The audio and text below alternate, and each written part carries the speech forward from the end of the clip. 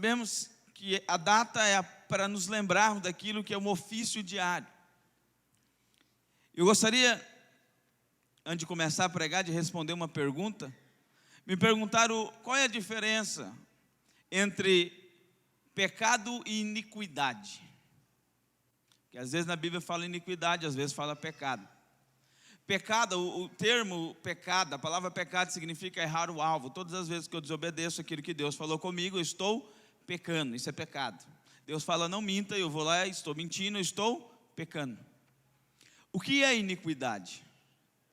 É quando eu torno o pecado algo certo, quando eu torno o pecado algo legítimo. Porque enquanto eu peco, eu reconheço, olha, eu menti, por isso pequei, então eu estou pecando. E quando entra a iniquidade, é quando eu tento tornar o pecado algo certo. Quando eu digo, não, a partir de hoje mentira não tem problema. Vamos criar uma lei para que mentira não tenha mais problema. Agora eu entrei no nível da iniquidade. É quando o pecado passou a ser algo normal para você. Isso é iniquidade. E qual é a diferença em termos com Deus? Toda iniquidade é julgada por Deus. Todas as vezes que a nação de Israel peca, o Senhor tem misericórdia, o Senhor conduz, mas quando a nação de Israel entra em iniquidade, haverá juízo, haverá consequência da parte de Deus. Por isso, na nossa vida, o pecado pode acontecer e precisa ser um acidente, mas quando eu acho que o pecado se transformou em algo normal, eu já estou no nível da iniquidade. Isso é muito perigoso. Nós precisamos clamar misericórdia do Senhor para que nós não entramos na área da iniquidade, amém? Acerca dos pais, eu quero só ler um dado de uma pesquisa que foi feita na Universidade dos Estados Unidos, daqui a pouco eu falo, na Universidade de Colômbia, que constatou foi o seguinte resultado da pesquisa: 71%, presta atenção, 71% das adolescentes grávidas não tem o pai presente em casa. 63% de suicídios de jovens são de lares onde o pai está ausente. 85% de todas as crianças que apresentaram desordem comportamental, 85%, vêm de lares sem a figura do pai, sem a figura paterna. 80% dos estupradores com problemas de ira vêm de lares onde não há pai. 71% de todos os casos de abandono escolar no ensino médio vêm de lares sem o pai, só a mãe ou a avó que está cuidando. 85% de todos os jovens em prisões, essa pesquisa nos Estados Unidos, vem de lares, 85% dos jovens em prisões vêm de lares sem a presença do pai. Meninos e meninas sem pais têm 2 vezes mais chance de abandonar os estudos e 2 vezes mais chance de terminar na cadeia e 4 vezes mais chance de precisar de ajuda para problemas emocionais ou comportamentais.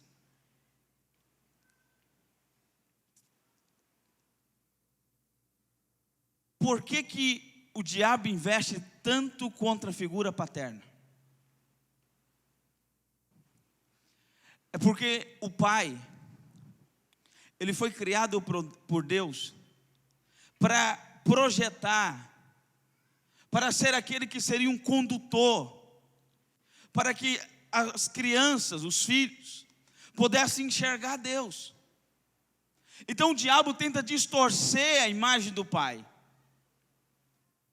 para que quando você projetar Deus, que é o teu pai eterno, você projete a imagem às vezes do seu pai natural, que nem sempre é boa, às vezes sim, às vezes não. Por isso você pai, você tem uma missão nessa terra, um legado. E esse dia dos pais é para te lembrar a importância desse legado. E deixa eu te falar uma coisa: a sua missão não é deixar milhões na poupança para o teu filho. A sua missão não é deixar casa nova e carro novo. Não há nada errado com isso, porque o provérbio diz que o homem sábio deixa herança para os seus filhos. Mas o seu legado seu maior legado é revelar para os teus filhos quem é o seu Deus. É deixar para eles uma herança, onde a traça, a ferrugem não pode corromper, uma herança espiritual. Isso não significa que você será perfeito, super-homem, Batman, Vingadores, não existe isso. O teu filho vai te ver chorando, o teu filho vai te ver desanimado, o teu filho vai te ver triste, mas nunca abatido. Porque o teu filho precisa saber que as crises vêm para todos, que as lutas acontecem em todos os lares, mas que quando você entrar no seu quarto, no seu escritório, na sua sala, no lugar de oração, e clamar ao Deus do meu Pai, o Deus do meu Pai irá responder, e o Deus do meu Pai irá me livrar, o Deus do meu Pai irá alterar a circunstância, o Deus do meu Pai irá me dar uma direção. O teu filho precisa crescer debaixo de um legado, sabendo quem é o teu Deus. Jacó vai invocar a Deus no meio da aflição. Ele vai dizer, o Deus de Abraão, o Deus de Isaac. Ele não conhecia, não era o Deus dele ainda, porque ele não tinha tido um encontro com Deus, mas ele tinha uma base. Qual é a base? Eu sei quem é o Deus do meu avô, eu sei quem é o Deus do meu pai. Eu me encontro numa situação difícil, mas eu sei a quem clamar. Eu sei que o Senhor da montanha, Jeová Sabaote, o Deus Todo-Poderoso que se apresentou a Abraão, a Isaac, Ele é o Deus que pode me livrar. Quando o teu filho olha para você, qual é o referencial que ele encontra?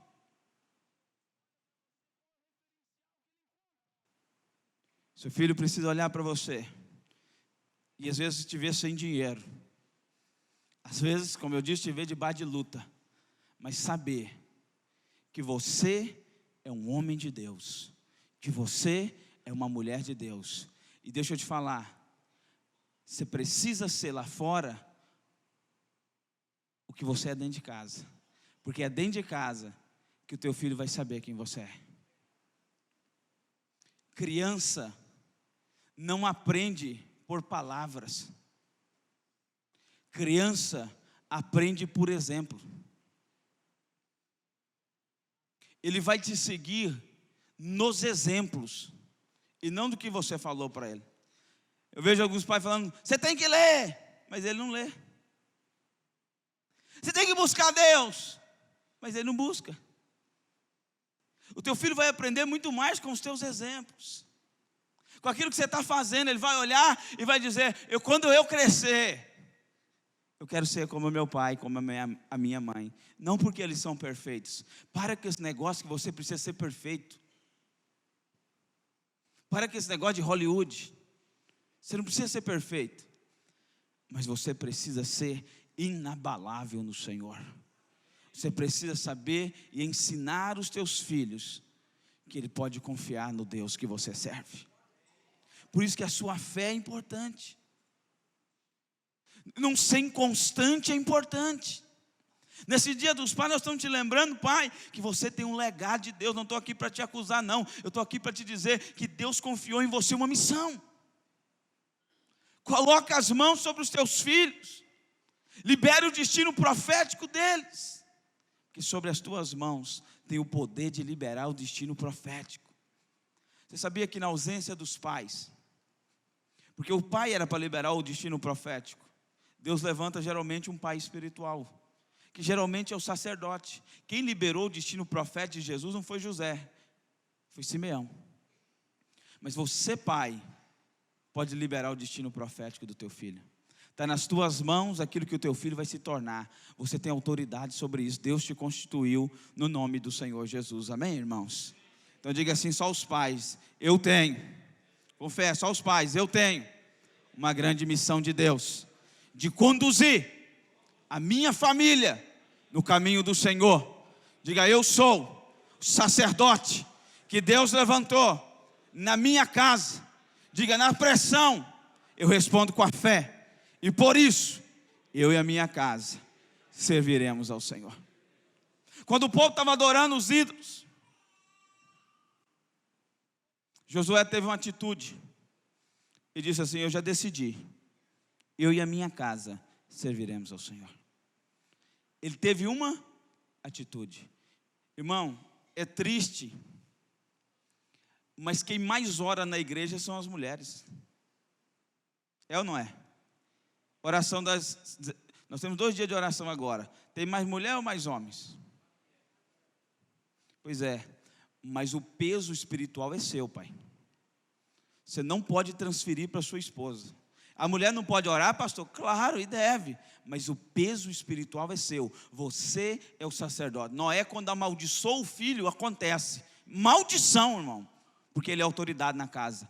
Você é autoridade na sua casa. Você tem que ser o primeiro a orar no nome do Senhor Jesus Cristo. Amém? Amém? Aleluia. Vamos começar a pregação então. 2 Coríntios, capítulo 4, versículo 7. Nós estamos também no YouTube. Para quem nos assiste, que Deus abençoe no nome de Jesus. 2 Coríntios, capítulo 4, versículo 7. Diz assim: temos, porém, este tesouro em vaso de barro, para que a excelência do poder seja de Deus e não de nós. Em tudo somos atribulados, mas não angustiados, perplexos, mas não desanimados, perseguidos, mas não desamparados, abatidos, mas não destruídos. Versículo 10. Trazendo sempre por toda parte a mortificação, a morte do Senhor Jesus Cristo em nosso corpo, para que também a vida de Jesus se manifeste em nossos corpos. Versículo 11.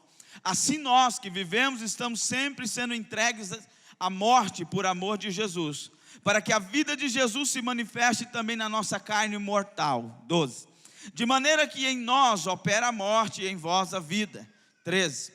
E temos, portanto, o mesmo espírito de fé, como está escrito: criei, por isso falei. Nós cremos também, por isso também falamos. Amém, irmãos? Versículo 14. Sabendo que o que ressuscitou o Senhor Jesus, nos ressuscitará também por Jesus, e nos apresentará convosco. 15. Porque tudo isso é por amor de vós, para que a graça multiplicada por meio de muitos faça abundar ação de graças para a glória de Deus. Aleluia. No versículo 7, o apóstolo começa dizendo: temos, porém, este tesouro em vasos de barro, para que a excelência do poder seja de Deus e não de nós. Paulo começa dizendo que Deus escolheu vasos de barro. Irmão, Deus poderia usar vasos de ouro. Deus poderia usar vasos de prata, que era muito caro naquela época. Mas Paulo diz: aprove Deus escolher vasos de barro. Existe pessoas muito mais capazes do que você. Pessoas muito mais inteligentes do que você e muito mais preparadas do que você.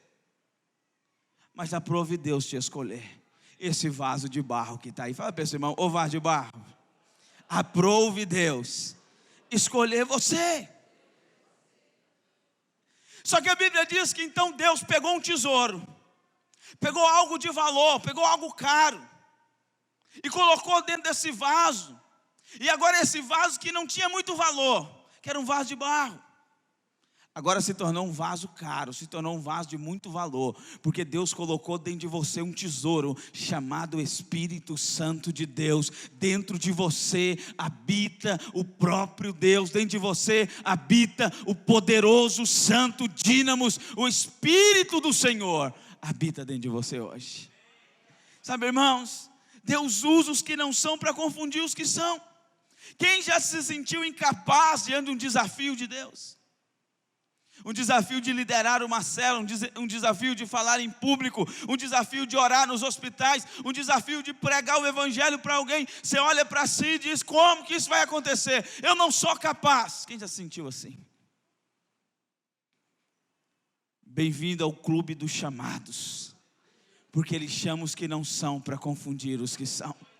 Se você for abrir a sua Bíblia em 1 Coríntios, capítulo 1, versículo 26. 1 Coríntios, capítulo 1, versículo de número 26. Diz assim: porque vede, irmãos, a vossa vocação, a palavra vocação é chamado, que não são muitos os sábios segundo a carne. Deus não chamou muitos sábios, nem muitos os poderosos, nem muitos os nobres que são chamados. 27, mas Deus escolheu as coisas loucas deste mundo para confundir as sábias, e Deus escolheu as coisas fracas desse mundo para confundir as fortes, e Deus escolheu as coisas vis desse mundo, e as desprezíveis, e as que não são, para aniquilar as que são, para que nenhuma carne se glorie diante dele. Ninguém vai poder dizer ao Senhor, não, eu fiz. Só o Senhor pode fazer através de nós. Amém, irmãos? Sabe, irmão, o importante não é o vaso. Esse vaso é bonito, vamos colocar isso aqui como um vaso. Esse vaso é bonito, sim ou não? Mas ele tem o que dentro dele? Uma flor. Irmão, vamos supor que eu pego aquele vaso ali, aquele outro ali. Qual que você escolheria? Com certeza é esse, que é mais bonito. Agora, se eu coloco ali, encho ali de ouro, o vasinho ali não está valendo muita coisa não. Mas qual você escolheria agora? Porque o que importa não é o que está externo, é o que está interno. O que importa não é essa carcaça. Alguns estão mais ou menos, alguns estão mais para lá do que para cá. Mas o que importa é o que está dentro de você. O Espírito Santo de Deus habita dentro de você e Ele quer manifestar na sua vida, meu irmão. Pastor, então quer dizer que eu sou um vaso de barro, então eu posso continuar vivendo a minha vida de fracasso, de derrota, porque o que importa é o que está dentro? Não, porque tem algo poderoso dentro de você, chamado Espírito Santo de Deus. A sua vida vai transformar, porque tem o Espírito Santo de Deus dentro de você. O seu ministério vai transformar, porque tem o Espírito Santo dentro de você. Você vai ser liberto, irmão. Irmão, ninguém que conheceu Deus, encontrou com Deus, continuou o mesmo. Não tem como alguém ser atropelado por um caminhão em alta velocidade na BR e chegar aqui no culto tranquilo. O que aconteceu, irmão, que você atrasou? Foi atropelado por um caminhão. Porque quem é atropelado por um caminhão em alta velocidade, ou morre ou está todo arrebentado. Quem encontrou o Espírito Santo, que é mais poderoso do que um caminhão, não pode continuar sendo o mesmo. Você era um vaso sem valor, mas Deus colocou o tesouro dentro de você, e agora o Deus que habita dentro de você vai te capacitar para que de glória em glória, dia após dia, você se transforme em alguém, a imagem e semelhança de Jesus. Fala para esse irmão, você está mais parecido com ele do que ano passado? Sim ou não? Porque a cada dia você precisa se parecer mais com Jesus. Mas não é por uma força do braço, não é por um talento particular, é pela ação do Espírito Santo. Fala para o seu irmão mais uma vez, diga, só não atrapalha ele trabalhar. Só isso. Porque ele trabalhando, ele vai mudar você. De glória em glória, como tem mudado, amém, irmãos? Então Paulo começa dizendo, ei, eu chamei você, vaso de barro. Eu chamei você frágil, eu chamei você fraco, eu chamei você que acha que não é capaz, é você que eu chamei. Agora, porque eu te chamei, você precisa me deixar trabalhar na sua vida. Você precisa me deixar mover dentro de você. Você precisa deixar eu alterar o que precisa ser alterado. Você precisa permitir que eu mude o que precisa ser mudado. Por isso, irmão, não aceite um relacionamento abusivo que te destrói, você que não é casado. Não aceite uma vida medíocre. Não aceite ser vítima de uma sociedade. Não permita que a cor, que a classe social, que a quantidade da sua conta bancária determine o seu valor. Você pode até ser um vaso de barro, mas dentro de você tem um poderoso Espírito de Deus. Amém, irmãos? Essa é a primeira coisa que gostaria de falar hoje. Você é um vaso de barro, pai. Por isso que os pais não precisam ser perfeitos. Eles só precisam ter dentro dele o Espírito Santo. E o Espírito Santo vai mudar a sua vida, sua família, a sua casa. Eles vão ver a transformação de Deus, amém? Segundo, ainda continuando, 2 Coríntios, capítulo 4, versículo 8 agora. Paulo diz, 2 Coríntios, capítulo 4, versículo 8. Em tudo somos tribulados, mas não angustiados. Perplexos, mas não desanimados. Perseguidos, mas não desamparado, abatido, mas não destruídos, trazendo sempre por toda parte a morte do Senhor Jesus em nosso corpo, para que a vida de Jesus se manifeste também no nosso corpo. Paulo está dizendo, olha, Paulo começa falando, nós somos vasos de barro. Eu amo Paulo que ele tem uma sequência quando ele fala. Depois Paulo diz o seguinte, esses vasos de barro passam por luta. Esses vasos de barro passam por tribulação. Mas Paulo diz, nós não vamos ser abatidos. Nós não vamos ser destruídos. Na verdade, o que vai manifestar em nós diante da luta é Cristo. Cristo vai se manifestar em nós diante da luta. Deixa eu te falar uma coisa, a luta não define quem você é, a circunstância não define quem você é. Ah, pastor, estou passando por luta, está debaixo de maldição, de pecado. Não, não é assim que Deus trabalha. Agora, pastor, então qual é o motivo da luta? A luta tem um propósito, diga assim, um propósito. Diga, a luta, a tribulação, o gigante tem um propósito. Qual é, pastor? Manifestar quem é o teu Deus. Irmão, Daniel só pode conhecer um Deus que faz leão jejuar quando ele é lançado na caverna, cheio de leões, e ninguém come ele. Sadraque, Mesaque e Abidinego só pode conhecer o Deus que é maior do que a fornalha de Nabucodonosor, quando eles são lançados dentro da fornalha e saem vivos da fornalha, e Nabucodonosor diz, a partir de hoje, em toda a extensão do meu reino, não há Deus segundo ou maior do que o Deus de Daniel, que o Deus de Sadraque, que o Deus de Mesaque, que o Deus de Abidinego. Deixa eu te falar uma coisa, Davi só pode conhecer o Deus que mata gigante quando o gigante aparece. Deixa eu te falar uma coisa, Jairo só pode conhecer o Deus que ressuscita os mortos quando a filha morre. Então esse gigante, essa luta que está se opondo a você, a sua vida emocional, a sua vida espiritual, a sua vida financeira, física, é só uma oportunidade para Deus mostrar o poder dele. É só uma oportunidade para que o Espírito Santo possa manifestar o dínamos dele na sua vida. Pergunta para o seu irmão, tem uma luta aí? Diga aleluia, diga graças a Deus, porque agora Deus pode mostrar o poder dele. Ah, pastor, estou precisando de dinheiro, então Deus pode se apresentar como Jeová Jireh. Ah, pastor, estou passando por guerras, então Ele pode se apresentar como Jeová Sabaote. Pastor, estou passando por enfermidade, diagnóstico dos médicos, falaram que não tem mais cura, é crônico, eu vou viver a vida inteira com essa doença. Então o Jeová Rafá pode se apresentar a você, o Deus de cura. Qual é a tua necessidade? Ela só é uma oportunidade para Deus mostrar o poder dele. Eu preciso de libertação. Ele se apresentou, eu sou o Deus libertador, Moisés, eu vim tirar Israel da terra do Egito. Se você precisa de libertação, então conheça o Deus da libertação. Qual é o problema? É que muitos diante do gigante são amedrontados,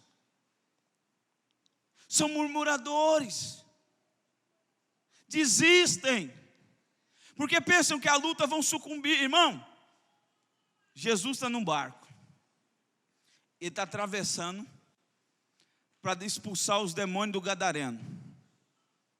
Esse é o contexto. Entra com os discípulos, Jesus, sim ou não? Quando ele entra no barco para atravessar, os demônios sabem. Então se manifesta uma ventania, se manifesta um ataque, o vento vem, o mar se agita, os discípulos nadadores, pescadores apavorados. Então não era algo comum e nem algo pequeno, para dar medo em Pedro, para apavorar um pescador que nasceu na beira do rio. Então deveria ser algo muito forte, sim ou não? Mas a Bíblia diz, presta atenção, que Jesus estava dormindo. Irmão, você já andou de barco? Pescador aqui é só eu e o Kennedy mesmo. Vocês aí, o Robson está nível médio. Você já viu, consegue dormir num barco andando, Robson? Não. Já é difícil dormir normal. Você imagina com o mar agitado. Era para estar com ânsia de vômito. Mas a Bíblia diz que Jesus estava dormindo. discípulos despertam Jesus, Jesus olha para o mar e comanda o mar: aquieta-te, acalma, e houve aquietação imediatamente, segundo a palavra de Jesus Cristo. Aquela ventania, aquele mar agitado, só tinha um propósito: manifestar que Deus é maior que os demônios, que Deus é maior do que a ventania, que Deus é maior do que a circunstância. Ou seja, aquilo que se levantou foi para que Jesus pudesse mostrar o poder dele. Se o diabo está se levantando na sua família, na sua casa, nas suas finanças, no seu ministério, na sua célula, é só uma oportunidade para Deus mostrar o quanto ele é poderoso, o quanto ele é grande, o quanto ele pode mudar. E quando o milagre acontecer, todos à sua volta terão que reconhecer: foi a mão do Senhor que fez, não foi por braço humano, não foi por habilidade humana, foi a mão do Senhor. Cutuque esse irmão, diga: o teu milagre está chegando no nome de Jesus. Diga para ele: usa a sua fé. Pastor, qual é a diferença entre o vencedor e o perdedor e o derrotado? São as lutas? Não. Todos passam pelas lutas, todos passam pelas tribulações, sim ou não? Qual é a diferença? É que o derrotado para, o vencedor usa a fé. Deus está te falando hoje, diante do problema que você enfrenta, começa a usar a fé. Terceiro, 2 Coríntios capítulo 14, versículo 13, um pouquinho mais à frente do texto que eu li.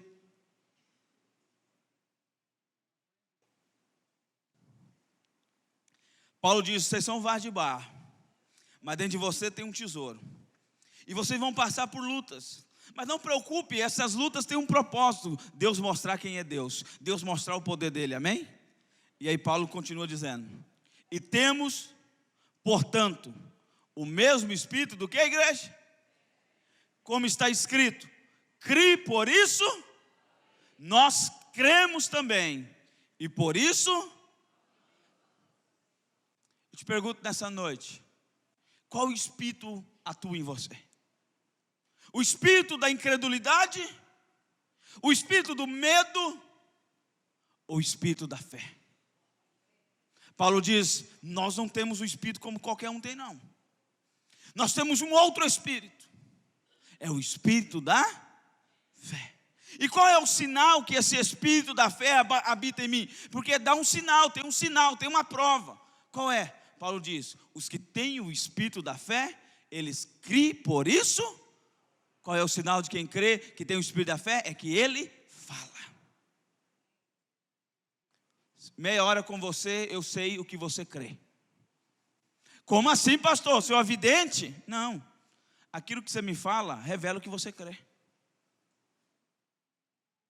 10 minutos, nem meia hora não, 10 minutos, revela o que você crê. Porque a boca só fala o que está cheio o quê? Coração. Se o seu coração está cheio de pessimismo, de medo, de incredulidade, de murmuração, é isso que vai acontecer. Irmão, eu falo aquilo que eu creio. E às vezes o que eu estou vendo é o contrário do que eu creio.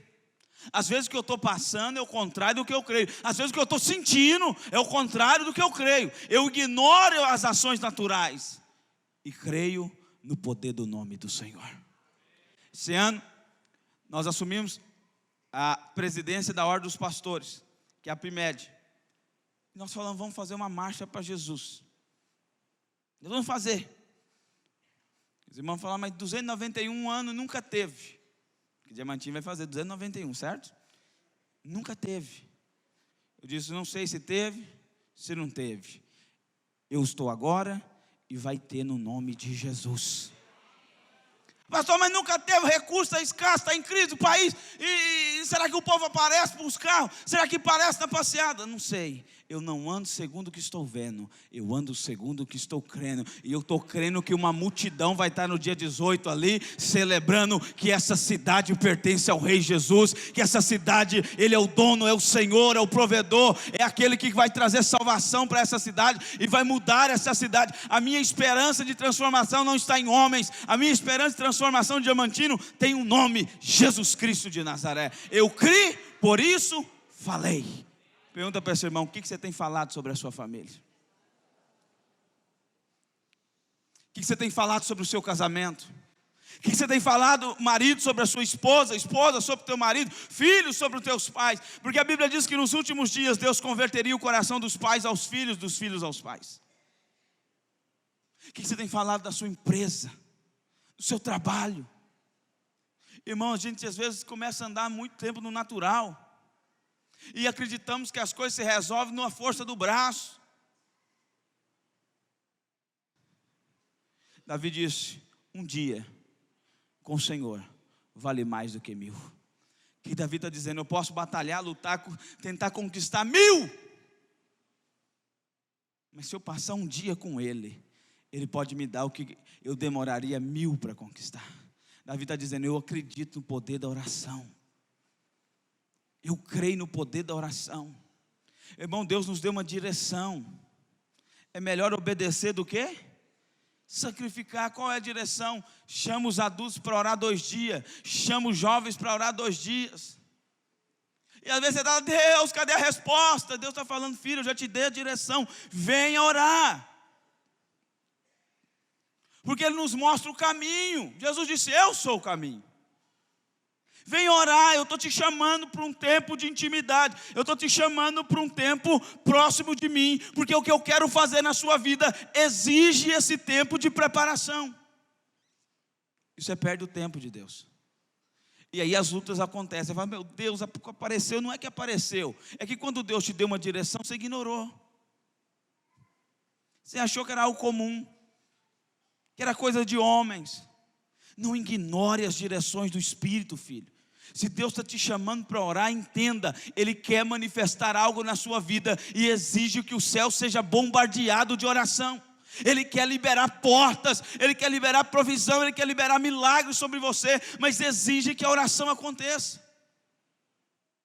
Existiu um momento que exigiu que Jesus jejuasse, existiu um momento que exigiu que Jesus orasse, e houve um momento que exigiu que Jesus comesse. Você tem que entender qual é a direção do Espírito.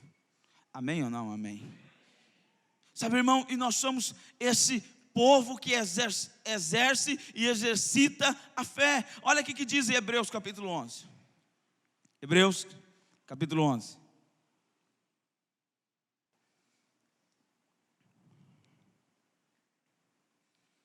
Vou ler o 17. Não, o 7. Hebreus capítulo 11, versículo 7. Aqui estão os heróis da fé. Eu amo esse texto, porque mostra os heróis da fé. E sabe o que mais me impressiona? Nenhum era perfeito. Noé embebedou, Davi adulterou, Abraão mentiu. Mas esses homens, Sansão, irmão, está aí nos heróis da fé. Por quê? Porque não é como você começa, é como você vai terminar com Deus. Começar dando umas derrapadas, mas receber o poder de Deus e crer naquilo que Deus havia prometido. Olha o que diz a Bíblia: pela fé, amém? Noé, divinamente avisado das coisas que ainda não se viam, temeu e para a salvação da sua família, preparou a arca, pelo qual condenou o mundo e foi feito herdeiro da justiça, que é segundo as fé. Deus falou: Noé, constrói uma arca. Deus, o Senhor está falando? Sim, eu creio. Você pode dizer: ah, pastor, mas construir uma arca é algo comum. Não, naquela época não tinha chovido ainda. Hoje é comum, cheio de rio aí, chuva. Você vê cidade sendo inundada, você pode acreditar, pode ser que venha. Mas naquela época não tinha chovido.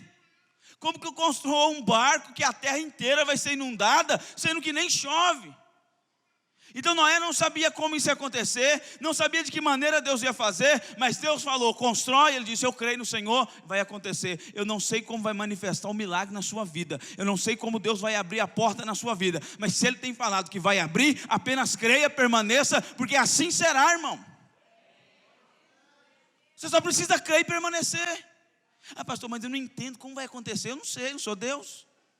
Quando para o seu irmão: você não é Deus não, você é filho dele, mas não é Deus. Se Ele falou, apenas creia. É como o pai fala para o filho: final do ano saiu o presente. Ele fala: como? Não sei, vai sair, fica tranquilo. O filho só tem que crer, o pai que vai se virar para dar o presente. Amém, irmãos? Olha o que diz no versículo 17. Versículo 17. Hebreus capítulo 11, versículo 17. Pela fé, ofereceu Abraão a Isaque quando foi provado. Sim, aquele que recebera a promessa, ofereceu o seu unigênito, sendo-lhe dito: em Isaque será chamada a tua descendência. Considerou que Deus era poderoso para até dentre os mortos o ressuscitar. O que significa isso? Deus falou: Abraão, você vai ter um filho. Ele diz: eu creio. O filho nasceu, como que chama o filho? Isaque. Amém? E Deus diz: agora sacrifica. Abraão pegou o cutelo e a lenha, subiu. Chegando no pé do monte, Isaque falou: pai, estamos aqui o cutelo e a lenha, cadê o cordeiro? Cadê aquele que vai ser sacrificado? Abraão olha para Isaque e diz: Deus proverá, subiremos e retornaremos. Plural. A Bíblia sabe o que faz. Sabe o que é plural e o que é singular. Por que plural? Vai subir Abraão, Isaque, e vai retornar quem? Mas Abraão, você não vai matar Isaque? Posso até matá-lo, mas tenho certeza que ainda que ele morra, Deus ressuscita ele, porque Deus é fiel para cumprir a promessa. Irmão, teu sonho pode até estar morto, teu projeto pode até ter sido destruído pelo diabo ou pela sua incompetência em administrar, mas fica tranquilo, Deus é especialista de trazer vida àquilo que estava morto. Eu profetizo que Deus vai trazer vida aos teus sonhos, aos teus projetos, e em um tempo recorde você vai usufruir da bênção de Deus. Amém? E por último, voltando em 2 Coríntios capítulo 4, versículo 15. Sobe um pouco o ar que os irmãos estão com frio.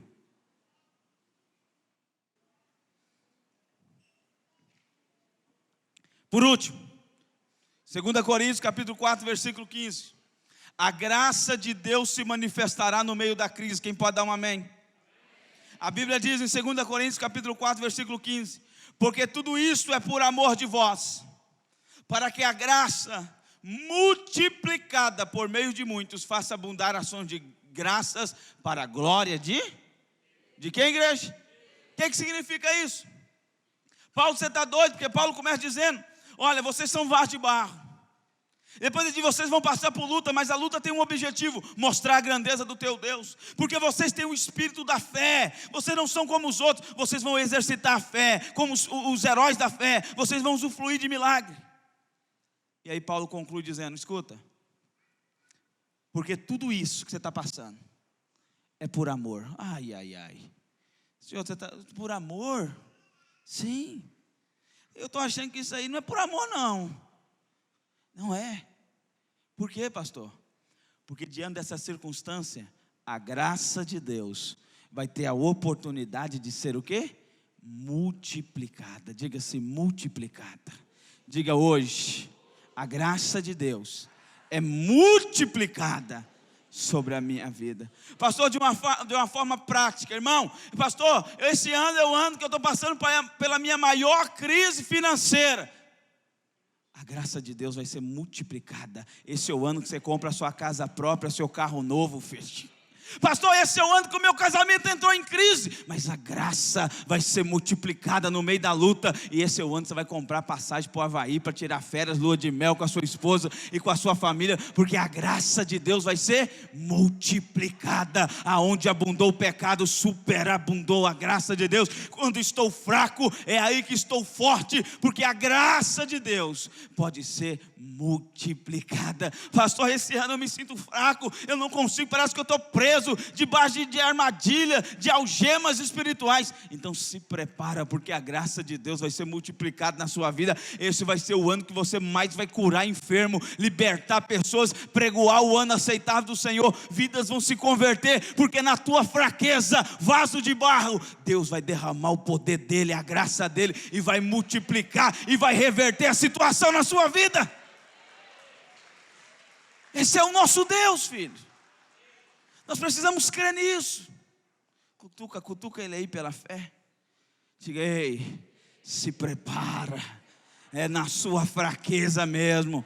A graça vai ser multiplicada. Graça sobre graça. Deus vai reverter. Fala para ele: reverter toda a situação em seu favor. Se prepara para receber milagre. Fica de pé no nome do Senhor Jesus Cristo.